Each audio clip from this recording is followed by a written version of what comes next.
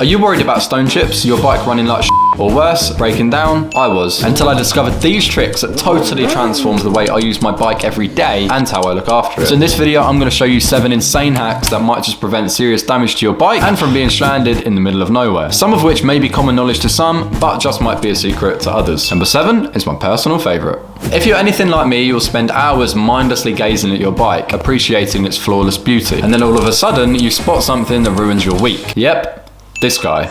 And to make matters even worse, you've got a bike meet tomorrow. I mean, you can't possibly take the bike looking like this, right? But what's caused this? Well, typically stone chips, and there's not much you can do to avoid them, but there is something you can do to fix them. The solution? Well, the best solution to this is a full respray, but that costs a lot of money and we have a bike meet tomorrow, so that's not gonna work. The next best and quick solution is a paint pen. This is great because you can get the color matched to the exact color of your fairings, but if you don't have a paint pen, a Sharpie will do the trick. Kind of well. It's not a perfect solution and does look janky up close, but it can make a huge difference. And if it still looks just walk further away. This next one might just save you from a breakdown. But first, a simple solution for the annoyance of the sun. As a motorcyclist, we appreciate the sun. The big ball of fire, stunning and very hot. It keeps us, our tires, and the juicy tarmac nice and warm. And if you're a fair weather rider, not me of course, then it's critical. But it can also be a hindrance. You see, the sun is pretty, but it's not pretty when it's completely blinding you. You can't see shit. Can't see the road, the cars, traffic lights, and eventually... And even if you don't crash, it's irritating as f***. The solution? Now, in all honesty, I've never tried this, but on paper, it looks like it could help. Grab some black tape, slap a strip about 1 inch wide to the top of your helmet's visor. The thought process being this will block out the pesky low morning or evening blinding sun. You'll appreciate getting a reprieve from the sun's rays, especially if all it takes is a simple tilt of the head. Equally, you could just tilt your head a little further without the tape being there, or just wear sunglasses. But hey, if it works, it works. This next one is an important secret that I urge all of you to do. But first, a simple trick to save yourself and resurrect your bike from a common breakdown. Picture this, it's the weekend, the sun's out, but not in your face, and you're out for a blast.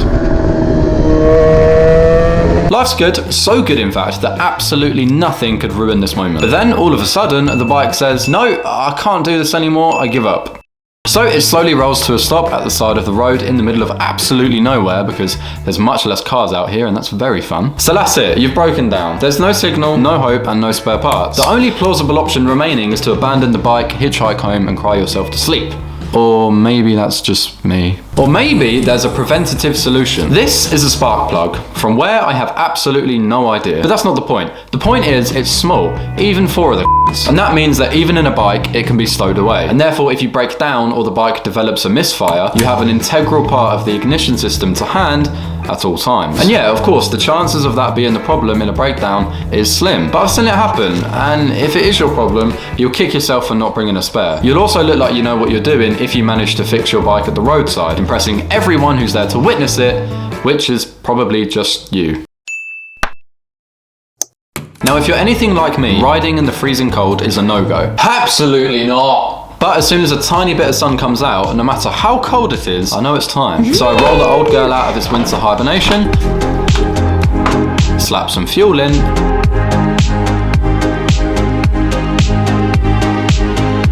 gear up. The only problem being that it's that awkward time of year where it's warm at certain times of the day, but also freezing at others. Now I'm panicking that I'm going to be too cold or too warm. If only there was a small piece of gear that can really, really warm you up, that isn't so huge that it holds your onboard storage hostage. The solution? This guy.